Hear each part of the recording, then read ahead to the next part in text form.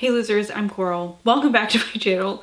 Welcome to a speed round of the books that I'm most excited for, horror and horror adjacent, that are coming out in the first 6 months of the year, January through June. There are so fucking many books I'm excited for in the first half of this year. I cannot go into detail about all of them, and also, similarly, I cannot include every single fucking horror book coming out because, listen, we live in a day and age where as horror readers, we are eating good, if you know what I mean. There are so many horror books coming out. I can't possibly, unless I'm doing this once a week throughout the whole entire year, possibly, like, ever be able to have the time to talk about everything that's coming out. There are some channels who do that, not me, however. I just like to do this twice a year. So I know there are going to be ones that I miss. These are specifically ones that are on my radar, ones that I want to talk about, I'm excited about, and I'd hopefully like to get to. Some of these you've probably heard of, some of these hopefully you haven't, because I do hope that I can, you know, not just talk about the same 10 books that you're going to hear about all year long. You know what I mean? And I'm sure those books are great, but we're here to talk about a variety, hopefully. So first one here is Midnight on Beacon Street by Emily Ruth Verona. We're starting out in January here. This says a suspenseful and entertaining debut thriller and a love letter to vintage horror movies in which a teenager must overcome her own anxiety to protect the two children she's babysitting when strangers come knocking at the door. So I'm imagining this maybe has some home invasion stuff, like maybe When a Stranger Calls kind of a thing. So this one sounds good and I can't wait to get to it. Next we have This Wretched Valley by Jennifer Kiefer. This also comes out in January. This is a nail-biting, bone-chilling survival horror novel inspired by the infamous Dyatlov Pass incident, perfect for the fans of Almakatsu and the TV show Yellow Jackets. So this ticks my boxes, obviously. Survival horror.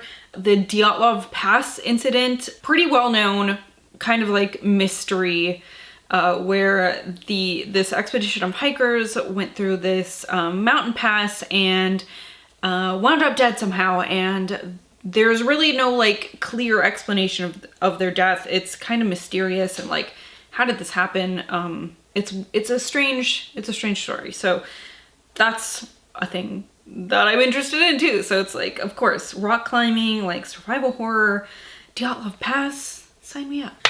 Oh, there's just like, no good way for me to film this without being slouchy and shit. So next, also in January, is Rabbit Hole by Katie Brody. This is a twisty debut exploring the dark side of true crime fandom with blurry lines of female friendship. So it's like conspiracy theories, stuff like that, cause this woman to spiral, and it sounds great. Then moving on to February, we have Mewing by Chloe Spencer. This is a novella about a woman who is trying to fit in with what she calls the Bleach Babes. They are an influencer group of people. They live and work together, and it seems like it gets sinister, which is something this is like kind of a trope, and I don't really have the words for how to describe this, but kind of like sinister influencer wellness, like self-care thing that I've seen in books recently, that is really interesting to me, and I think that this might fit into that, and so this is why it's on my radar. Then next, Violent Faculties by Charlene Elsby. This is also in February. This is about a philosophy professor who starts doing dehumanizing experiments on unwilling subjects after her department at the university she works at has some budget cuts. That's all I need to know.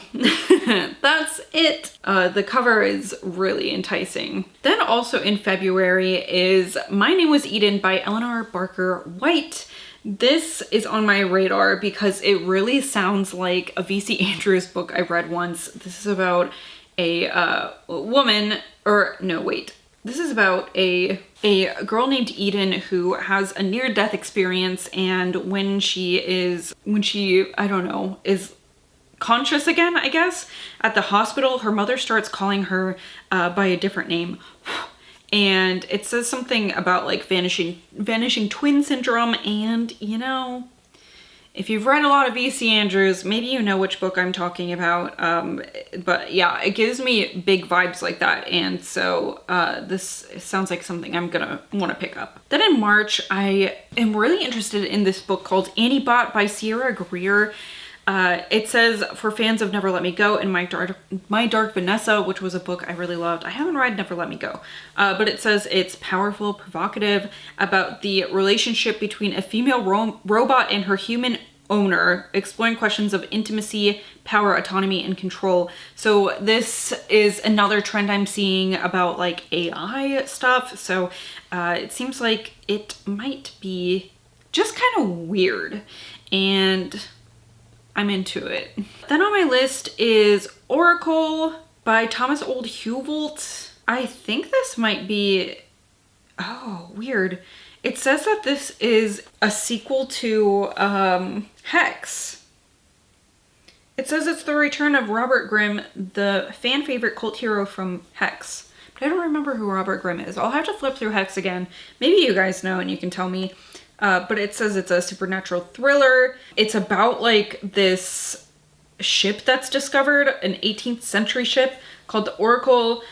These people explore it, and then obviously Robert Grimm comes to, he's a occult specialist, and he comes to check things out. So really the thing about the ship is what interests me most about this. I don't know if it's just reading the terror lately or recently or what, but it sounds really cool. And I think this was one that was supposed to come out last year maybe and got pushed back, but it's supposed to come out this year now. So here it is. Then also in March, I would like to pick up The Woods All Black by Lee Mandelo. He wrote The Summer Songs, which I really liked.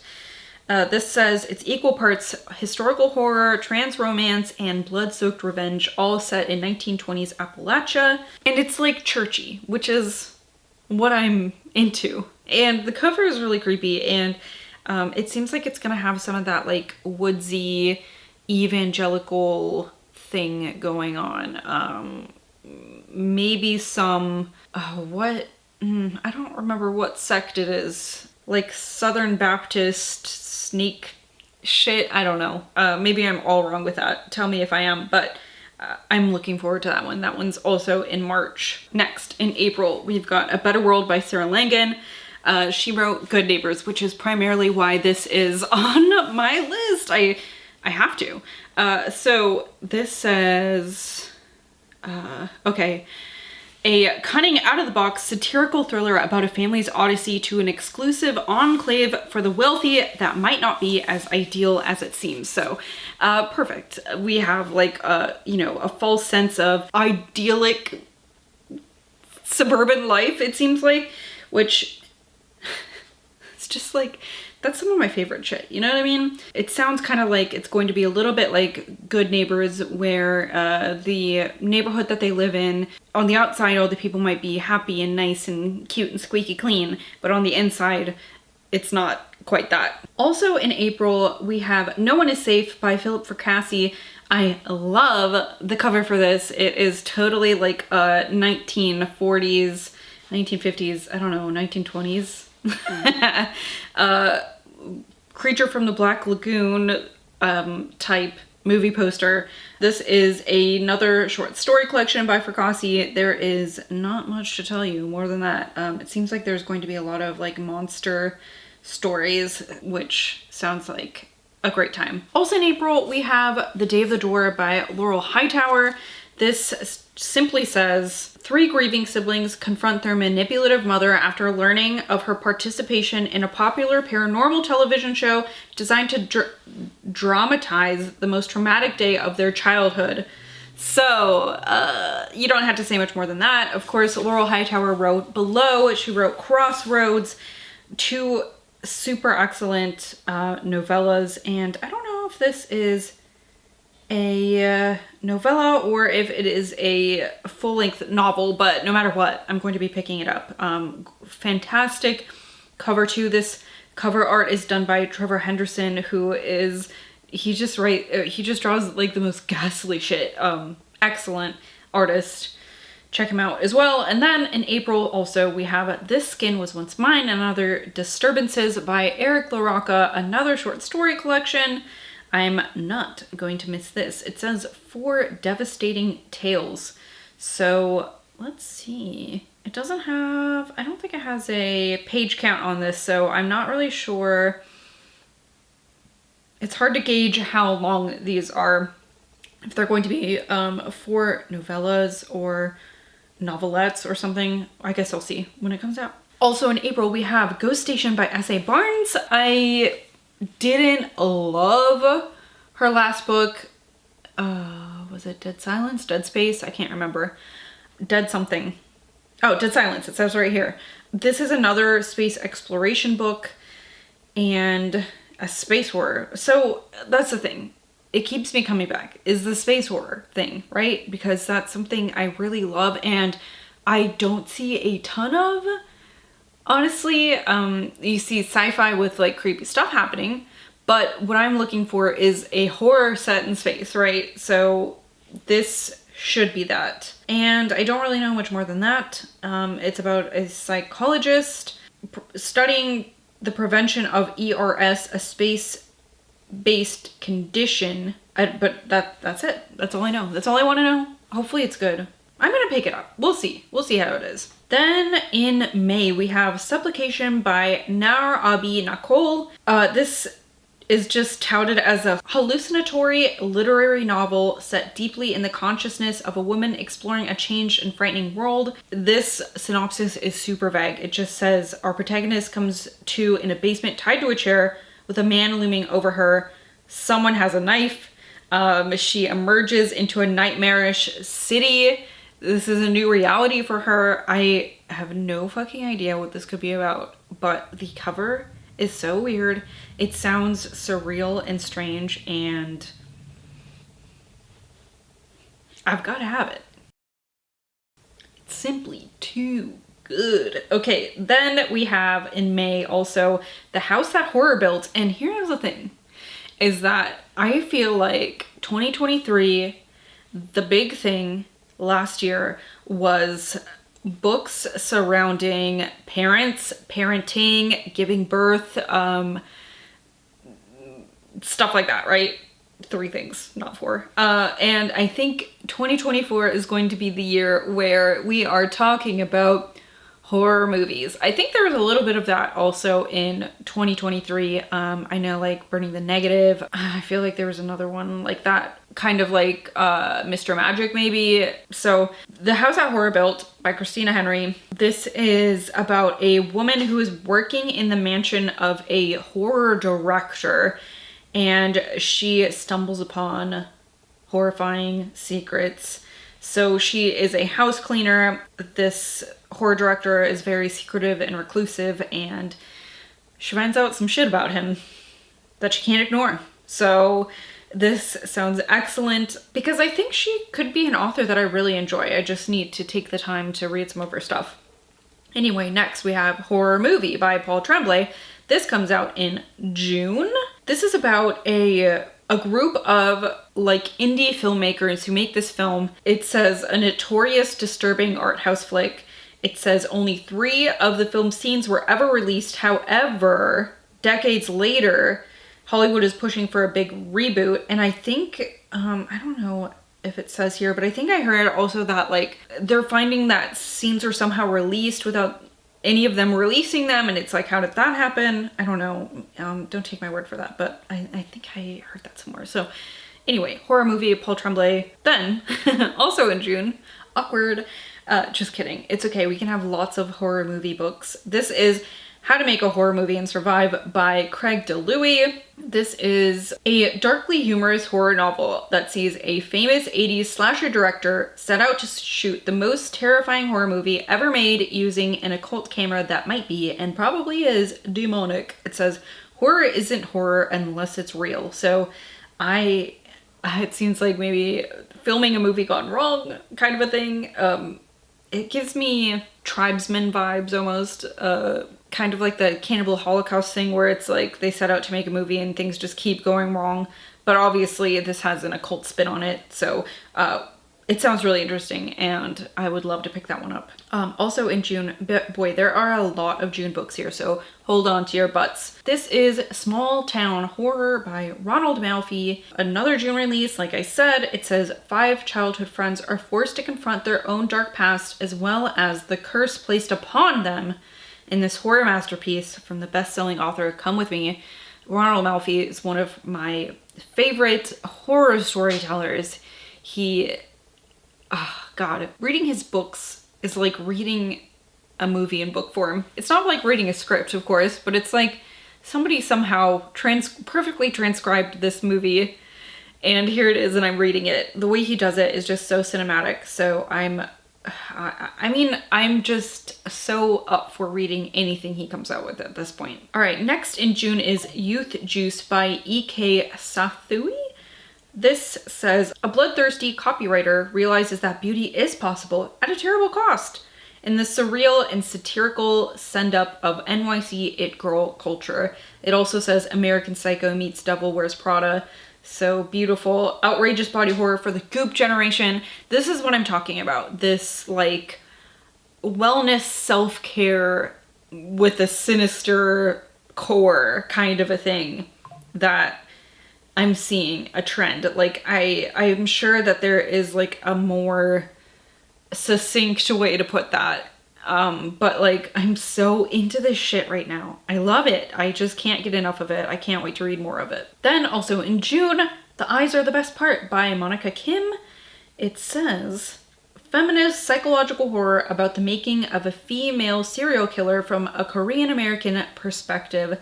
So this is about a young woman who has recently found out that her partner is having an affair, and her life is in disarray, and she goes into a spiral, a downward spiral is what I'm trying to say here. So this kind of maybe reminds me a little bit of Mayfly. Maybe it's the female sociopath. Maybe it's the eyeball on the cover. Maybe it's both of those things. Also, I know that Mayfly, in Mayfly, Maeve is like already kind of there, right? And it seems like maybe this person isn't quite there yet.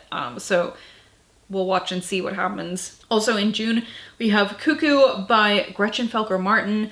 This is a book about a motley crew of kids, kidnapped kids, trying to stay true to themselves while serving time in a conversion camp from hell. So this is one of those like, man, and it's so crazy because as I was making this list last night, I stumbled across this documentary on Netflix called, I think, Hell Camp, about not conversion camps, but like the troubled teen industry, how there are these like survivalist programs almost that people put their kids into, and it seems like a mix of that, like troubled teen and also conversion camp.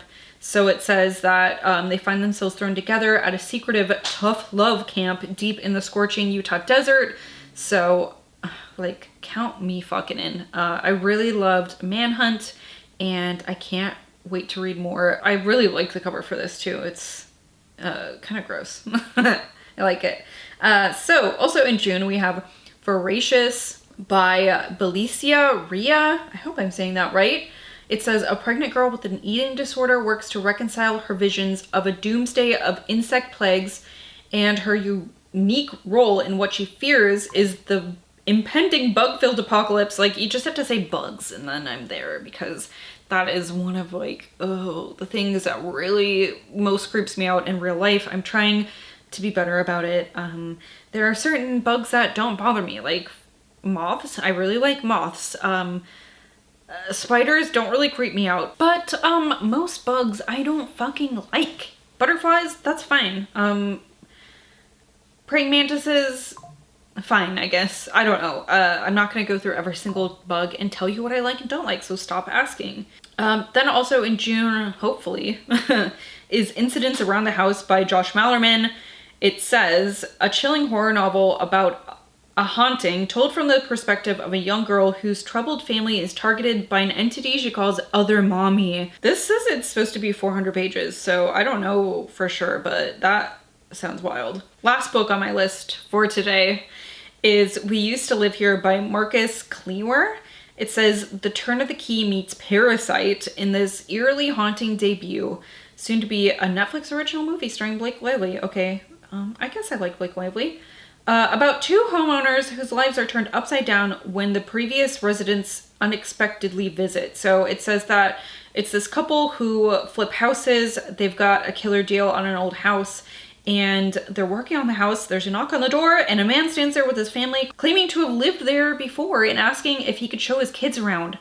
Then things start to happen. Their toddler goes missing in the basement and like all this weird shit. It's like, it kind of almost reminds me of the movie Mother a little bit. And like they said here, Parasite, that sounds right. Yeah, this sounds like it's going to be a really weird horror thriller novel about weird people in a weird house. And what more could we ask for? So those are, I don't even know how many are there. Maybe 20? I don't know, more than that. Some books that I'm very interested in coming out in the first half of this year. I know, like I said, I did not get to everything. Like even the things on my list, I had to cut my own list down and talk about like the things that it's like, these are really, really things that are on my radar, not just things that it's like, oh, maybe this one. Let me know if you're interested in any of these. Let me know if there's anything not on my list that you've really got your eye on.